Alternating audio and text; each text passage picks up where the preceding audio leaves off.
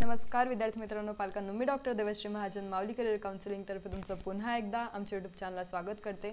आणि आज आपण सर्वात महत्त्वाची गोष्ट म्हणजे सकाळीच आपला राऊंड 3 चा आपण निकाल बघितला, जो निकाल जाहीर झाला होता तिसऱ्या फेरीचा, आणि त्याचाच आपण आता कट ऑफ बघत आहोत। मी सकाळच्याच व्हिडिओमध्ये तुम्हाला सांगितलं की आपण लवकरात लवकर याचा कट ऑफ घेऊन येऊ, प्रायव्हेटचा पण गव्हर्नमेंटचा पण, MBBS आणि BDS दोघी। आतापर्यंत BDSचा कट ऑफ आपण इतका डिस्कस केला नव्हता, कारण BDS बद्दल इतके डाऊट्स लोकांना नव्हते, पण सकाळच्या व्हिडिओला इतके कमेंट्स आले की BDSचा काय कट ऑफ राहणार आहे, लास्ट कट ऑफ काय राहील, MBBSचा लास्ट कट ऑफ काय राहील, तर आपण या व्हिडिओमध्ये दोघी डिस्कस करून घेऊया। फक्त आपण MBBSचा गव्हर्नमेंट प्लस प्रायव्हेट दोघी करूया, पण BDSचा आपण काय लास्ट कट ऑफ राहणार आहे, कॅटेगरी वाईज काय लास्ट कट ऑफ राहिला ह्या राऊंडमध्ये, आणि पुढच्या राऊंड्समध्ये काय राहू शकतो, स्ट्रे वॅकन्सीमध्ये किती प्रमाणात जो कट ऑफ आहे आपला तो BDSचा कमी जाऊ शकतो, ते आपण डिस्कस करूयात। फक्त आपण सर्व गोष्टी जे ते इन शॉर्ट आणि इन डिटेलमध्ये डिस्कस करू, म्हणजे तुम्हाला पुढे काहीच शंका नको राहायला, सर्व गोष्टी तुम्हाला लवकरात लवकर सॉर्ट झाल्या पाहिजे, आणि या व्हिडिओ नंतर तुम्हाला दुसरे व्हिडिओ बघायची गरज पण राहणार नाही।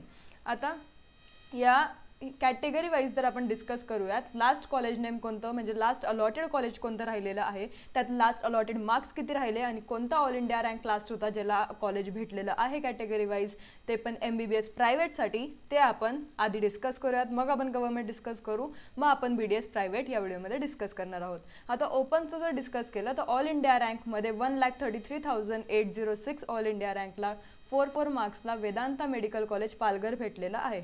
आता जर आपण बघितलं पूर्ण अलॉटमेंट लिस्टमध्ये, म्हणजे सिलेक्शन लिस्टमध्ये, तर कॉलेज नेम जे तिथं आपल्याला वेदांता मेडिकल कॉलेज पालघरचं लास्ट कॉलेज भेटतंय, की मोस्टली तेच कॉलेज लास्ट अलॉटेड आहे सर्व कॅटेगरी वाईज कॅन्डिडेट्सला। नंतर OBCचं जर आपण बघितलं तर ऑल इंडिया रँक तुम्ही इथं बघू शकता, आपण फक्त मार्क्स डिस्कस करू म्हणजे तर इझी होईल तुम्हाला पण। तर OBC अकॉर्डिंग 440 वेदांता मेडिकल पालघरचं कॉलेज जे आहे त्यालाच लास्ट अलॉटमेंट झालेली आहे OBC कॅन्डिडेटची 440 मार्क्सवर। SCBCचं 427, NTBचं आपल्याला दिसतंय 433, NTCचं 440, आणि NTDचं टोटल जो कट ऑफ आहे आपला लास्ट अलॉटमेंट ती 442ला झालेली आहे। VJAचा आपल्याला 433चा लास्ट कट ऑफ दिसत आहे प्रायव्हेटचा, SCचा 402, STचा 300चा कट ऑफ आपल्याला दिसत आहे, आणि IQ कोटा जर आपण डिस्कस केला तर IQचा 186 पर्यंत गेलेला आहे, तो पण वेदांता मेडिकल कॉलेज पालघरचाच आपल्याला 186चा कट ऑफ जो आहे तो IQचा MBBS साठी दिसत आहे। म्हणजे जर तुम्हाला अराउंड 200 पण मार्क असतील तरी तुमचा नंबर IQला लागला असता। ऑल इंडिया कोटामध्ये जर आपण डिस्कस केलं तर आपल्याला डीमचा कट ऑफ जो आहे तो अराउंड 226 किंवा 227 पर्यंत दिसलाय, की ऑल इंडिया जे डीम कॉलेजेस आहे त्याच्यामध्ये आपला 227 पर्यंत कट ऑफ गेला होता। पण आपण जर फक्त महाराष्ट्राची गोष्ट केली तर महाराष्ट्रामध्ये आपल्याला IQ कोटामध्ये 186ला पण कॉलेज भेटलेलं आहे। नंतर ऑर्फन, PWB, PH आणि MKB जर आपण डिस्कस केलं, म्हणजे ऑर्फन, हँडिकॅप आणि महाराष्ट्र कर्नाटक बॉर्डरला जे स्टुडंट्स आहे त्यांच्याबद्दल जर डिस्कस केलं तर त्यांची जी रँकिंग राहते ती प्रायव्हेट ठरली जात नाही, ती फक्त गव्हर्नमेंटमध्ये राहते, म्हणून आपण इथं GMC कॉलेजेस जे ते घेतलेले आहे। ऑर्फन जे त्याचं जे रिझर्व्ड कॅटेगरी असते, म्हणजे त्यांचं जे स्पेशल रिझर्वेशन्स राहते तिघी, हे फक्त आपल्याला गव्हर्नमेंट अलॉटमेंटमध्ये दिसतात, हे प्रायव्हेट अलॉटमेंटमध्ये आपल्याला दिसत नाही। प्रायव्हेट अलॉटमेंटमध्ये फक्त आपण जे IQ पर्यंत डिस्कस केले तेवढेच कॅटेगरीज आपल्याला दिसत आहे। नंतर ऑर्फनची जी स्पेशल रिझर्वेशन आहे, म्हणजे ज्यांचे आई वडील दोघी नाही आहे त्यांना 115 मार्क्सवर पण GMC अमरावती भेटलेलं आहे, म्हणजे गव्हर्नमेंट मेडिकल कॉलेज अमरावतीचं कॉलेज त्यांना भेटलेलं आहे। नंतर जर आपण हँडिकॅपबद्दल डिस्कस केलं तर 119 मार्क्सला पण आपल्याला CGMS गोंदियाचं कॉलेज भेटलेलं आहे। नंतर MKB म्हणजे महाराष्ट्र कर्नाटक बॉर्डरचं ज्यांचं रिझर्वेशन आहे, जे स्टुडंट्स आहे त्यांना 250 मार्कांवर पण GMC नागपूर भेटलेलं आहे, म्हणजे गव्हर्नमेंट मेडिकल कॉलेज नागपूर त्यांना भेटलेलं आहे। आता आपण कोणतं डिस्कस करूयात, तर आता आपण गव्हर्नमेंट कॉलेजेसचं काय लास्ट कट ऑफ राहिलेला आहे MBBS साठी ते आपण डिस्कस करू। आता जर गव्हर्नमेंट कॉलेज आपण डिस्कस केलं तर कॅटेगरी वाईज ओपनचा कट ऑफ आपल्याला दिसतोय 500चा। इथं तुम्हाला ऑल इंडिया रँक जी आहे ती दिसून, म्हणजे तुम्ही तुमची ऑल इंडिया रँक जी इथं चेक करू शकतात। इथं आपण फक्त मार्क्स अकॉर्डिंग जो कट ऑफ आहे तो डिस्कस करूयात। कॅटेगरी वाईज ओपन कॅटेगरीचा आपण डिस्कस केला 504, नंतर EWS आपल्याला दिसतोय 485चा गव्हर्नमेंट कॉलेजचा कट ऑफ गेला आहे। OBC साठी 503, SCBC साठी 496, VJ साठी 467, नंतर NTB साठी 447, NTC साठी 495, NTD साठी आपल्याला 501चा कट ऑफ दिसत आहे। नंतर SC साठी 424, ST साठी 341चा कट ऑफ आपल्याला इथं लोवेस्ट कट ऑफ जो आहे तो दिसत आहे। म्हणजे इथं तुम्हाला समजून गेलं असेल की राऊंड 3चा जो category wise last cut off काय होता, म्हणजे आपल्या स्ट्रे वॅकन्सीमध्ये जर कट ऑफ गेला पण तरी 4 किंवा 5 मार्कांनी तो सर्व कॅटेगरीसाठी कमी जाईल। तर तुमचे जर मार्क्स एवढे असतील तर तुम्ही स्ट्रे वॅकन्सीचा वेट करा, स्ट्रे वॅकन्सीसाठी थांबा, कारण स्ट्रे वॅकन्सीमध्ये जी गोष्ट राहते ती अटीतटीची येऊन जाते थोडी, म्हणजे तुमचा नंबर लागेलच याची गॅरंटी कोणी देऊ शकत नाही, कारण स्टे वॅकन्सीचा राऊंड जो राहतो तो फक्त वॅकंट सीटसाठी राहतो, सर्व कॉलेजेससाठी नाही राहत. जेवढ्या कॉलेजची जेवढी सीट्स वॅकंट आहे त्याच्यासाठी स्टे वॅकन्सी राऊंड जे ते अप्लाय केले जातात, ते इम्प्लाय केले जातात CET सेल थ्रू. आता आपण डिस्कस करूयात BDSचा काय लास्ट राऊंडचा कट ऑफ राहिलेला आहे आणि कोणत्या कॉलेजेसचा राहिला आहे.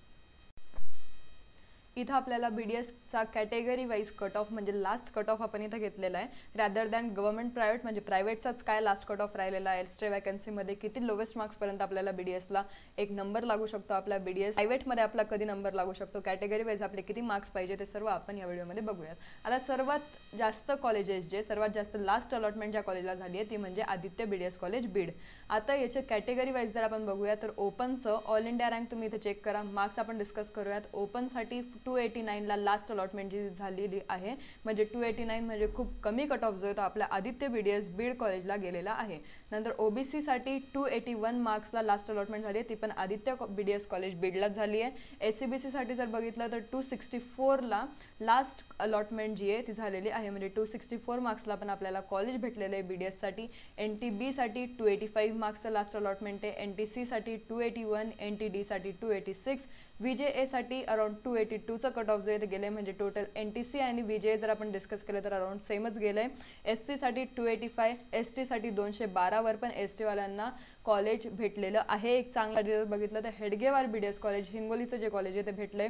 IQ कोटासाठी जर डिस्कस केलं तर 114 मार्क्सवर पण आपल्याला कॉलेज भेटलंय, ते म्हणजे आदित्य BDS कॉलेज बीड. आता मोस्टली जर आपण बघितलं तर आदित्य कॉलेजेस भेटलंय, आणि जर आपण NTCसाठी VJAसाठी आणि STसाठी बघितलं तर हेडगेवार BDS कॉलेज जे आहे ते हिंगोलीचं ते लास्ट अलॉटेड कॉलेज आपल्याला दिसत आहे, म्हणजे ते पण कॉलेज खूप चांगलं आहे. जर तुम्हाला ते कॉलेज पाहिजे असेल तर याच्यावरून तुमचे मार्क्स अजून थोडे 4-5 मार्क्स कमी असतील, मार्क्सने जर तुमचा स्कोर जो आहे तो थोडा कमी असेल तर तुम्ही स्टे वॅकन्सीची नक्की वाट बघा. स्टे वॅकन्सीमध्ये तुम्हाला एक चांगलं कॉलेज जे आहे ते उत्तम कॉलेज लागू शकतं. फक्त तुम्ही कॅटेगरी वाईज बघा, तुम्ही हे नका बघू की ओपन कॅटेगरीवाले आणि तुमची कॅटेगरी जर SCBCला बिलॉंग करते आणि तुम्ही जर ओपनचा कट ऑफ बघता तर तुम्ही खूप चुकीच्या वेळेने तुमची काउन्सिलिंग जी ती करत आहात. खूप विद्यार्थ्यांचे खूप पालकांचे आम्हाला कॉल्स आले, आम्हाला मेसेजेस आले की आमचा कट ऑफच्या इन्क्लुडिंग कट ऑफमध्ये येऊन पण आम्हाला एक कॉलेज जे ते अलॉट झालं नाही आहे. आम्ही सर्व कॉलेज भरले होते पण आम्हाला तरी पण कट ऑफ कमी जाऊन पण आम्हाला कॉलेज कसं भेटलं नाही.